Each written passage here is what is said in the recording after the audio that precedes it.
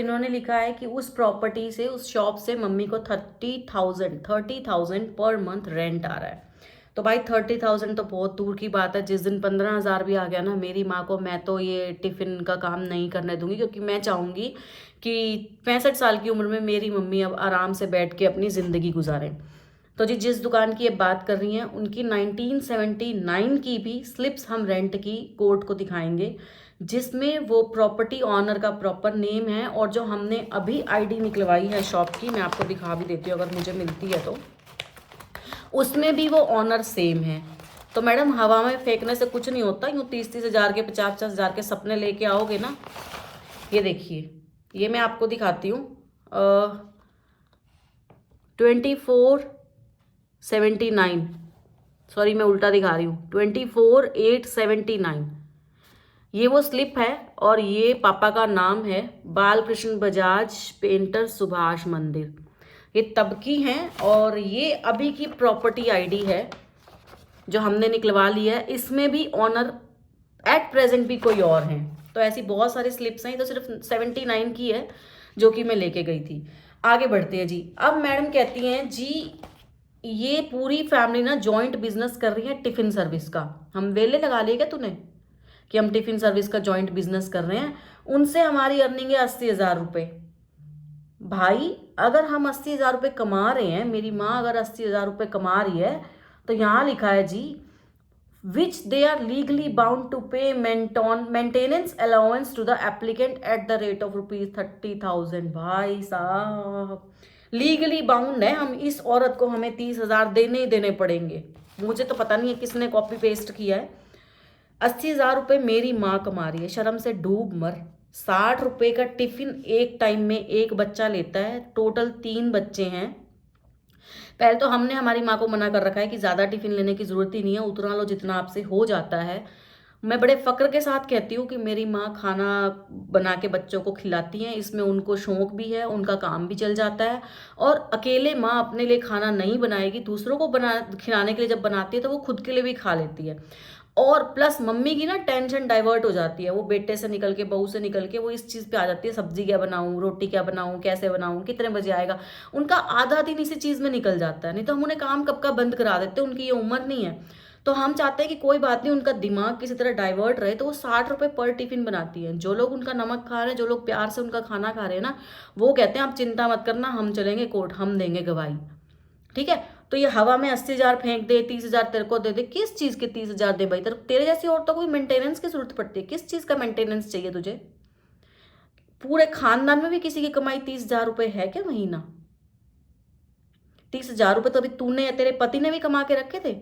मेरे भाई ने भी आज तक 10 साल में 30,000 रुपए कमा के कभी घर पे नहीं दिए। मैं वीडियो सुना सकती हूँ, लेकिन मैं सब प्रूफ सब वहां पे दूंगी, जिसमें तूने खुद बोला है कि रवि ने तो कमा के घर पे 1 लाख रुपया, 1 रुपया भी नहीं लगाया। वो यहाँ पे मैं डाल भी चुकी हूँ, आप पीछे के व्लॉग्स में जाके देखना। मैडम के सपने देखो 30,000, शक्ल है शक्ल 30,000 रुपए वाली तेरी। मेहनत की कमाई से खा ले। एक बुजुर्ग औरत की रोटियों पर नजर डाल रही है, एक बुजुर्ग औरत की कमाई पे, वो भी 30,000 रुपए। शर्म कर लो बेगैरत लोगों। हाथ पैर नहीं है, चूड़ियां पहन ली तो इसका मतलब हाथ पैर टूट गए? कि तुम्हारे घर के आदमियों ने भी चूड़ियां पहन ली? जो दूसरों की कमाई पे 30,000 से घर पालेगी क्या? अपना पूरा पूरा घर पालेगी 30,000 रुपए में? उतनी बात कर जितनी लपेटी जाए, हवा में चला दी। अच्छा फिर फनी पार्ट ये है, मैंने जब लॉयर को बताया ना कि इसने ये सब चीज़ें लिखवाई हुई हैं, तो हमारा तो दिमाग घूम रहा है। लॉयर पता है क्या बोला? लॉयर कहता है जी अब वो क्या, किसी के पास जाएंगी तो वो क्या लिखवाएं कि हमने कुछ भी नहीं दिया, हमने 1,00,000 1,50,000 रुपए लगाया था। कुछ तो लिखवाएंगी। 10 लाख रुपए तेरे घर के लोगों ने शादी में लगा दिए। तबेले जैसे घर में शादी हुई थी, गोबर गोबर हर जगह, गायें भैंस बंधी हुई थी। हमारा तो भाई अंधा हो गया था प्यार में, मजबूरी में हमें साथ साथ चलना पड़ा। मैं तो फिर भी नहीं गई, मेरे बड़े वाले जिया जी भी नहीं गए, आधे लोग तो गए ही नहीं। और जो गए उनको तो तुमने चैन की एक रोटी तक नहीं दी। इतनी गंदगी थी कि किसी ने वहां पे रोटी नहीं खाई। पास से गोबर की स्मेल, यहाँ पे रोटियां लगी हुई हैं, सब्जियों में से पानी टपक रहे हैं, मक्खियां मरी पड़ी हैं, चायों में, सब्जियों में, रसगुल्लों में। हमारे घर के लोगों ने घर आके रोटियां बनवाई हैं, घर की औरतों से, और घर आके खाई हैं। 10 लाख रुपए, तबेले जैसे घरों में शादी, वो भी बाहर। में सारी लोकेशन डालूंगी, आप देखना कि किस लोकेशन में शादी हुई थी। एनीवेज जिसकी जितनी हैसियत होती है वो करता है। हमारे बाप ने हम तीनों बेटियों की शादी में भी 10 लाख रुपए कभी नहीं लगाए, और इसके घर को ने आज से 10 साल पहले 10 लाख रुपए लगाए। सोचो कितनी लग्जीरियस इन्होंने वो की होगी ना, हाई फाई इन्होंने शादी करवाई होगी। 5 लाख रुपए कैश। अरे भाई दिखा तो दो 5 लाख रुपए आए कहाँ से थे। कोर्ट ये भी कहेगी तेरे पापा को, दिखा तो सही 5 लाख रुपए आए कहाँ से थे, तुमने कैश दे दिए थे, किनके हाथों में दिए थे।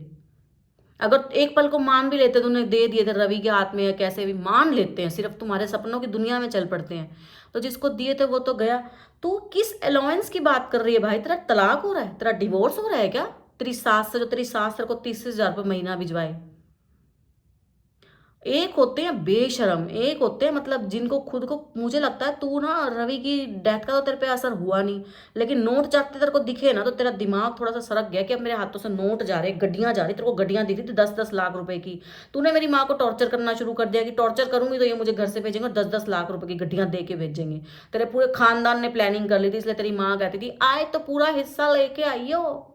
तेरी माँ को ये नहीं पता हिस्से के लिए प्रॉपर्टी के पेपर दिखाने पड़ते हैं, वो प्रॉपर्टी जो नगर निगम में भी हमारे नाम भी रजिस्ट्री नहीं है, हम भी रो रहे हैं। नहीं तो अब तक तो बेच दिया होता तुमने मकान, दोनों ने, रवि ने भी और तूने भी। सारी उम्र तो मेरी माँ का तुम्हारे कर्जे उतारने में चलेगी।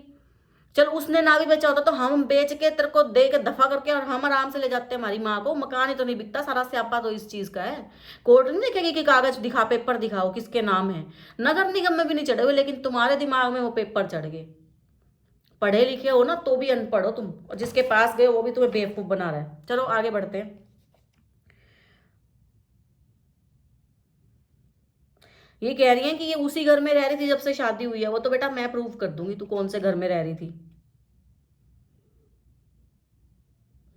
अच्छा जी, अब मेन बात पे आ गई हैं। इसको बिना हिस्सा दिए हम ना तो घर बेच सकते हैं, ना इसको दुकान बेच सकते हैं, ना घर बेच सकते हैं। ओ पागल इंसान, वो तो वैसे ही नहीं बिक रही, वो तो वैसे ही नहीं बिक रही। तुम ले जाओ भाई, जो भी मार्केट की वैल्यू हो ना उसका 70% तुम रख लेना, 30% हमें दे दो, बिकवा दो। जाहिल गंवार औरत जो इसमें लिखवा के आई है तू कि तुम मकान और दुकान ना बेचे, वो बिक ही नहीं रही है, उसकी रजिस्ट्री नहीं है भाई। दुकान तो है ही किसी और की, ओनर ही कोई और है, और मकान की रजिस्ट्री नहीं है। वाह रे वाह। इसने लिखा है कि ना तो ये प्रॉपर्टी सेल कर सकते हैं, ना ट्रांसफर कर सकते हैं, और ना किसी को दे सकते हैं। इसके पापा दहेज में दे के गए थे भाई, मेरी माँ की मेहनत की कमाई जो उन्होंने उस टाइम अपना सोना बेच के लिया था। लेकिन जो ओनर है वो रजिस्ट्री के टाइम पे पता नहीं, या तो डेथ हो गई थी या कहीं भाग गया था, रजिस्ट्री नहीं हुई। लेकिन 40 साल से मेरी माँ उस मकान में रह रही हैं। इसको लग रहा है कि इसके पापा ने शायद दहेज में दिया था, इसलिए ना हम उस मकान में इसको हिस्सा देना बनता है, और हम उसको ना तो कुछ सेल कर सकते हैं, ना मेरी माँ किसी को ट्रांसफर कर सकती है। आगे बढ़ते हैं।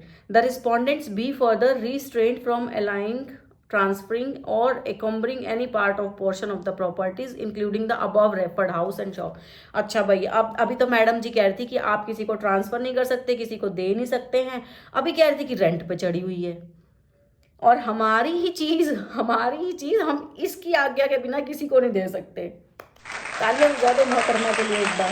और तालियों की जगह आपको इसको क्या भेजना है समझ ही गए होंगे, वो जी भर के भेजना, क्योंकि ये वो औरत है जिसने एक माँ से उसका बेटा छीन लिया, और अब ये उस माँ से उसका घर, उसके दिन का चैन, रातों की नींद छीन रही है। तो आप समझ गए ना, जब भी मैं आपसे कहूँ ना तालियां बजा दो, तो आपको इसको क्या भेजना है ना वो भेजना। और मैं आपसे एक सबसे एक प्रे करूंगी, सबसे एक रिक्वेस्ट करूंगी। मैं आप लोगों से ये हर बार ये कहती हूँ कि मुझे सपोर्ट करो, मुझे ये करो, बिल्कुल मत करना, कुछ भी मत करना। एक रिक्वेस्ट है, सिर्फ एक। जब भी आप कहीं मंदिर में जाएं, जब भी आप कभी वृंदावन में हो, कोई जिसका भी भगवान से थोड़ा सा कनेक्शन हो, प्यार हो, बस एक दुआ करना, भगवान सच का साथ दे। बस मुझे सपोर्ट मत करो, कुछ मत करो, सिर्फ जब भी आप मंदिर जाओ, जब भी भगवान के पास जाओ ना, मुझे यकीन है भगवान आप में से किसी ना किसी की जरूर सुनेगा। कुछ मत कहना कि इंदु को इंसाफ दो, उसकी माँ को दो, उसके भाई को दो, उसकी भाई की आत्मा को शांति, कुछ भी नहीं। एक वर्डिंग, एक अरदास, गुरुद्वारे में, मंदिर में, जहां भी, जिस भी भगवान को आप जानते हैं, मानते हैं, जिस भी गुरु पे आपका भरोसा है, सच की जीत हो। बस सिर्फ इतना भगवान से दिन रात 3 वर्ड बोलना, सच की जीत, सच की जीत। बस जहां भी है, मैं हाथ जोड़ के रिक्वेस्ट कर रही हूँ, सब अपने आप आ जाएगा, हम सच्चे हैं, हमें किसी चीज का डर नहीं है। आगे बढ़ते हैं। The respondents be also directed to pay a sum of ₹30,000 per month as maintenance allowance. Madam को, महारानी को, इन जैसी औरतों को 30-30 हज़ार रुपए चाहिए। तो मैंने नहीं देखे होंगे 30,000 रुपए, मैंने अपने पर्सनल उस पर लगाए हो। महारानी के पास तो कोई बच्चा भी नहीं है, चलो हम सोचे कि बच्चे की पढ़ाई का है, बच्चे का खर्चा है। तू 30 साल की औरत खुद कमा नहीं सकती हुई, टूटे हुए हाथ, टूटे हुए तेरे पैर, टूटा हुआ तेरा दिमाग, टूटी हुई तेरी जबान जो इतनी गंदी चलती है, मैं अगर यहाँ डाल दूँ ना वो गालियाँ और इसकी ऐसे ऐसे इशारे करते हुए की वीडियो, तो आप समझ जाओगे किस कैटेगरी की औरत है। तो इसको ना, इस टूटे हुए हाथ पैर वाली औरत को जो चूड़ियां पहनने के बाद सच में सोच रही है कि मैं औरत ही हो गई हूँ, महारानी को 30,000 रुपए एक बुजुर्ग औरत 65 साल की है उससे चाहिए घर बैठे, और लीगली बाउंड है हम इस चीज के लिए, बिल्कुल है। तेरे को घर बैठे किस्तें पहुंचाए 30,000 रुपए महीने की, किस चीज की किस्त? हमारे भाई को खाने की किस्त? बेगैरत औरत, तुझे शर्म भी आती है? हमने तो आज तक भी हिस्से का नाम नहीं सोचा, हमने तो एक बार भी नहीं सोचा कि इस मकान को बेच देते हैं। हिस्से की बात तो तू कर रही है। तूने भाई को मारने के बाद ये चीज सोची, भाई के जाने के बाद तू ये चीज कह रही है कि हिस्से कर दो, यानी कि तू तो भाई, अब तो मेरा यकीन 100% है, 100% ये सब इन चीजों के लिए हुआ है और इनके लिए हुआ है, आवारागर्दी और नोटों के लिए, जो इन्होंने कभी देखे नहीं थे। इनको लगा था बेटा चला जाएगा, बेटियों का इंटरफेरेंस तो वैसे भी नहीं है, माँ अपने काम धंधे में पीजी में बिजी है, पीजी बंद करा के हमने मम्मी को परमानेंट कर दिया कि नहीं मम्मी आप पीजी नहीं करोगे, आप घर से जितना हो सकता है वो करो। मैडम के सपने थे बड़े बड़े, मैडम ने सोचा होगा मुझे लाखों रुपए मिलेंगे, करोड़ों रुपए की दुकान है, 30,000 रुपये महीना किराया आता है ना। बदतमीज औरत, देऊंगी तेरे को 30,000 रुपये महीना, ले ले तू।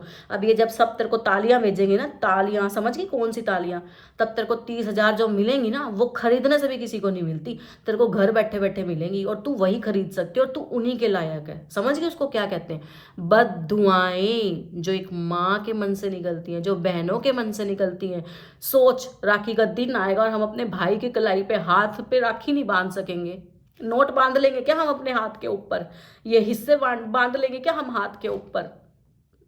मैं कुछ कहना नहीं चाहती, मैं ऑन कैमरा, नहीं तो मैं तुझे अच्छे से बताती हिस्से किस चीज के होते हैं। तो जी मैं बताती हूँ आपको पर्सनली, जब ये इतनी पर्सनल चली गई, इनको 30,000 रुपये चाहिए मेंटेनेंस के, तो मैं आज मुंह खोलती हूँ।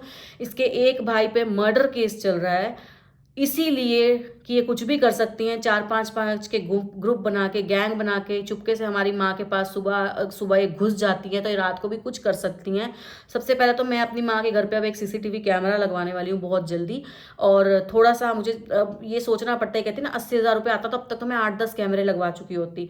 तो मम्मी के यहाँ पे सीसीटीवी कैमरा लगवाएंगे हम, इसीलिए डरते हैं क्योंकि इसके एक भाई के ऊपर मर्डर केस चल रहा है। इसकी हरकतें ऐसी हैं, ये ग्रुप बना बना के हमारे घर में घुस जाते हैं, तो हमारी मम्मी की सेफ्टी पॉइंट ऑफ व्यू से हम चाहते हैं कि ये औरत हमारे घर ना आए।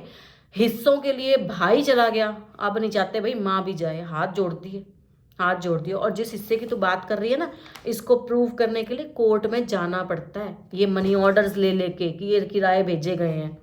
एनीवेज, मेरे को लॉयर ने मना किया कि मैं डिटेल में आपको यहाँ पे कोई प्रूफ ना दिखाऊं, क्योंकि ये बिल्ली, ये जो औरत है ना, ये सियाणी हो जाएगी, फिर इसको पता चल जाएगा हमारे पास क्या क्या है। तो एक्टिवा के लिए मेरे पास बहुत सारे प्रूफ्स हैं, मैं नहीं लाऊंगी। क्यों नहीं लाऊंगी?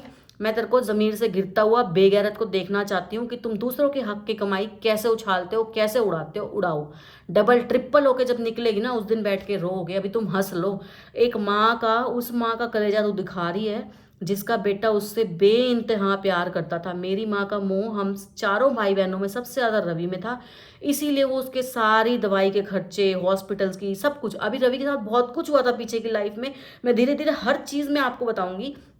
रवि को एक बार गोलियां भी लगी थी, और जब रवि को गोलियां लगी थी तब ये किराए के मकान में थे दोनों जने। कह रही है ना मैट्रिमोनियल हाउस, इसको मैं हर चीज के जवाब दूंगी। तो मैं आपको बताती, रवि को गोलियां भी लगी थी, उसका इलाज भी मम्मी ने कराया, लोगों से पैसे उठा उठा के, सबसे हाथ जोड़ जोड़ के। उसके बाद इनका कॉम्प्रोमाइज होता है, हम में से किसी को पता नहीं होता। पैसे हम भरते हैं इसके इलाज के लिए, लेकिन कब ये दोनों मियाँ बीवी कॉम्प्रोमाइज करते हैं हमें पता नहीं, कब ये दोनों मियाँ बीवी कॉम्प्रोमाइज का पैसा उड़ा जाते हैं हमें वो भी नहीं पता है। तो जब तक रवि ऐश परस्ती कराता था तब तक बहुत अच्छा था, जब रवि इसके काम का नहीं रहा तो रवि उड़ गया, और वो भी नेचुरल डेथ से। तो जी इसमें 5,000 रुपये किराए की डिमांड की गई है कि जब तक केस चल रहा है इसको 5,000 रुपये किराया भेजे मेरी माँ।